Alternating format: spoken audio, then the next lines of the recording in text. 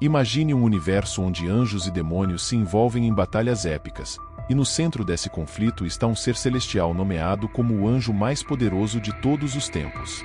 A Bíblia nos leva por uma narrativa fascinante, revelando sua incrível história tanto no Antigo quanto no Novo Testamento. Ela não apenas expõe sua força sobrenatural, mas também destaca seu papel crucial nas batalhas entre o bem e o mal. Miguel é o único designado como arcanjo na Bíblia, conforme registrado em Judas 9. O prefixo arco denota um líder, um anjo principal ou poderoso. Consequentemente, Miguel ascendeu à posição de anjo supremo, sendo considerado o primeiro príncipe do céu de acordo com a hierarquia celestial.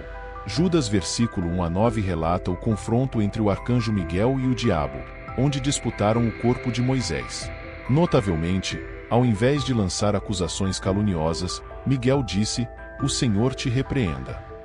Devemos lembrar que há apenas um arcanjo na Bíblia, e devido à raiz da palavra arco que significa princípio, este arcanjo se destaca como o mais proeminente entre os santos anjos. Seu nome, Miguel, levanta a questão: quem é como Deus? Infelizmente, muitos que chamam seus filhos de Miguel talvez não conheçam o profundo significado desse nome. No Antigo Testamento, Miguel está predominantemente associado à nação de Israel, sendo referido como o príncipe do povo escolhido por Deus. Ele desempenha um papel crucial na administração divina, atuando como primeiro-ministro e emissário do julgamento. Em Daniel versículo 12 e 1, Miguel é descrito como o grande príncipe que protege o povo de Deus, e em Apocalipse 12 ao 7, ele lidera o exército celestial contra Satanás e suas hostes demoníacas. Nesse contexto, a Bíblia nos ensina que Miguel triunfará na batalha final, onde o inferno tremerá e o céu se alegrará.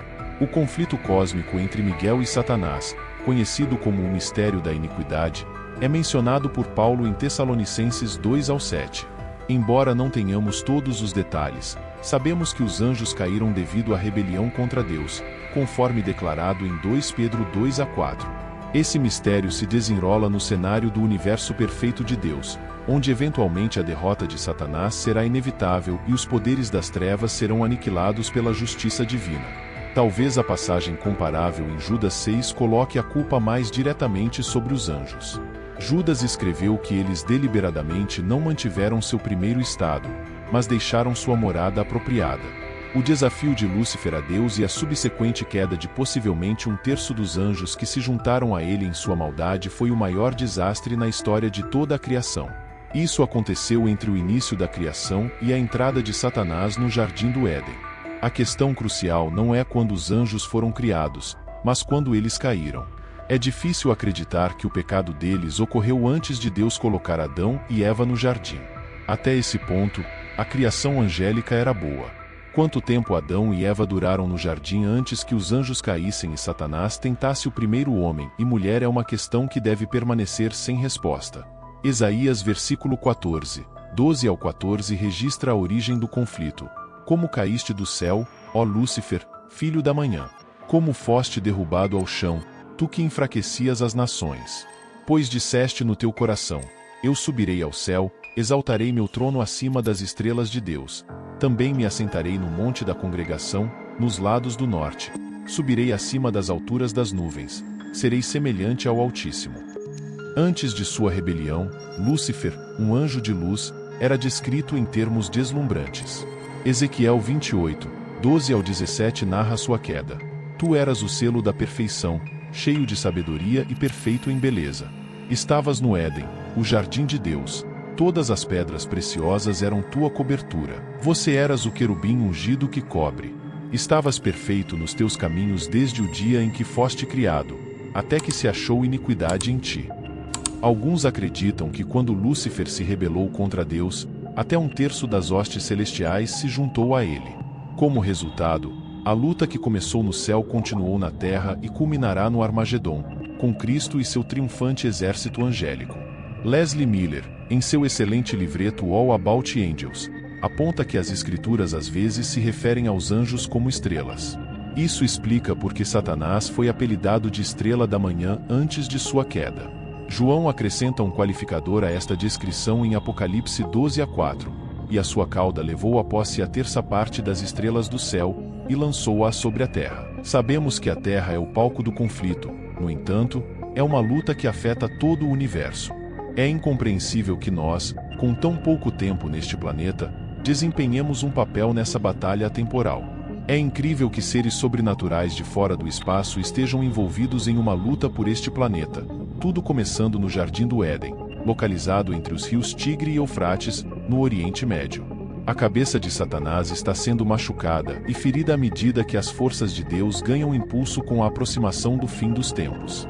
Miguel, o arcanjo, está atualmente preparando suas forças para a batalha final, Armagedon, sob a autoridade de Deus. A ilustração final na Bíblia é do céu. Embora Satanás seja um inimigo derrotado em princípio, Deus ainda não o removeu do cenário mundial. A Bíblia ensina que Deus usará anjos para julgar e eliminá-lo completamente do universo quando Jesus retornar pela segunda vez. Miguel, o arcanjo, gritará enquanto o acompanha, além de proclamar a maravilhosa notícia de que Jesus Cristo retornou. Ele também prega a mensagem de vida a todos que morreram em Cristo e estão aguardando a ressurreição, porque o Senhor mesmo descerá do céu com grande brado, a voz do arcanjo, ao som da trombeta de Deus, e os mortos em Cristo ressuscitarão primeiro. 1 Tessalonicenses 4:16. O profeta Daniel nos apresenta Miguel, e parece que ele estava orando quando Deus enviou uma resposta pela mão de um mensageiro que foi impedido em sua jornada até que Miguel veio ajudá-lo. Daniel 10:13 relata: Mas o príncipe do reino da Pérsia me resistiu por 21 dias, porém Miguel, um dos primeiros príncipes, veio para ajudar-me. Então, Miguel teve que lutar para que a palavra de Deus pudesse ser entregue. É apropriado dar a Miguel o título de general, pois sempre que o vemos, ele está relacionado a algum tipo de batalha espiritual. Em seu papel como lutador, Miguel tem uma responsabilidade especial por Israel. Em Daniel 10:21, ele é dito ser o príncipe daquela nação. Mas eu te declararei o que está escrito na Escritura da verdade, e ninguém há que se esforce comigo contra aqueles, a não ser Miguel, vosso príncipe. Daniel 12:1 também destaca Miguel. E naquele tempo se levantará Miguel, o grande príncipe que se levanta pelos filhos do teu povo. E haverá um tempo de angústia, qual nunca houve, desde que houve nação até aquele tempo. Mas naquele tempo livrar-se-á o teu povo, todo aquele que se achar escrito no livro. Poucas pessoas apreciam quão importantes são as influências angélicas nos assuntos humanos. A luta contínua e amarga entre os santos anjos dedicados a Deus e os anjos das trevas alinhados com Satanás é revelada poderosamente em Daniel. Ele descreve vividamente a feroz batalha entre as forças angélicas de Deus e os demônios das trevas. No Antigo Testamento, Daniel estava de luto há 3 semanas quando um anjo lhe apareceu, como relatado em Daniel 10:3. Não comi pão desejável, nem carne nem vinho entraram na minha boca, nem me ungi. Por 3 semanas inteiras, Daniel absteve-se de pão, carne e bebida, além de não se ungir. Durante esse período, enquanto estava junto ao rio Tigre, um homem vestido de linho apareceu diante dele. A figura tinha uma aparência reluzente como um relâmpago, com olhos que pareciam tochas e uma voz que soava como o rugido de uma grande multidão.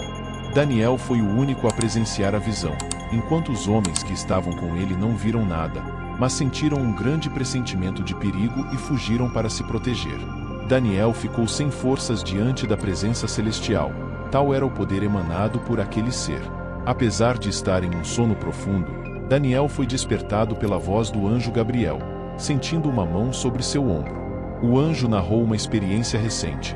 Ele havia começado a viajar até Daniel desde o momento em que ele começou a orar, mas foi interrompido por um príncipe demônio, que o atrasou. Então, Miguel apareceu para ajudar Gabriel, permitindo que ele cumprisse sua missão sem mais impedimentos. O anjo tinha uma mensagem para Daniel sobre o que Deus havia planejado para o futuro do mundo, especialmente para Israel. Daniel ficou fraco e incapaz de falar, mas o anjo tocou seus lábios, restaurando sua força e capacidade de se comunicar. Depois de cumprir seu dever, o anjo informou Daniel que voltaria para continuar lutando contra o príncipe demônio na batalha contínua entre as forças do bem e do mal. Daniel não estava tendo alucinações ou sonhos. Ele estava certo de que havia tido um encontro real com um ser celestial. Ele orou a Deus em nome dos filhos de Israel, e Deus o ouviu, respondendo às suas súplicas. A mensagem do anjo enfatizou que atrasos não são negações e que a vontade permissiva de Deus está presente em todos os aspectos da existência humana.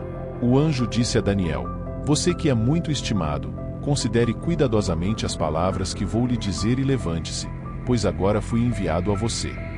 Tremendo, Daniel se levantou, e o anjo continuou: "Não tenha medo, Daniel.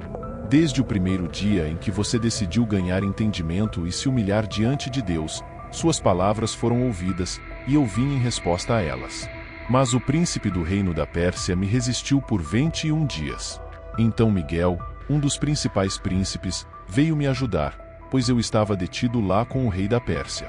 Agora vim explicar a você o que acontecerá com seu povo no futuro, pois a visão se refere a um tempo que ainda está por vir." Daniel 10, 11 e 14. Além das referências do Antigo Testamento, Miguel também é mencionado no Novo Testamento, no livro de Judas.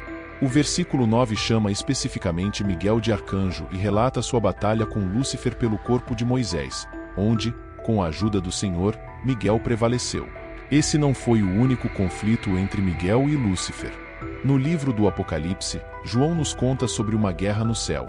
Miguel e seus anjos lutaram contra o dragão, e o dragão e seus anjos lutaram, mas não foram suficientemente fortes, e eles perderam seu lugar no céu.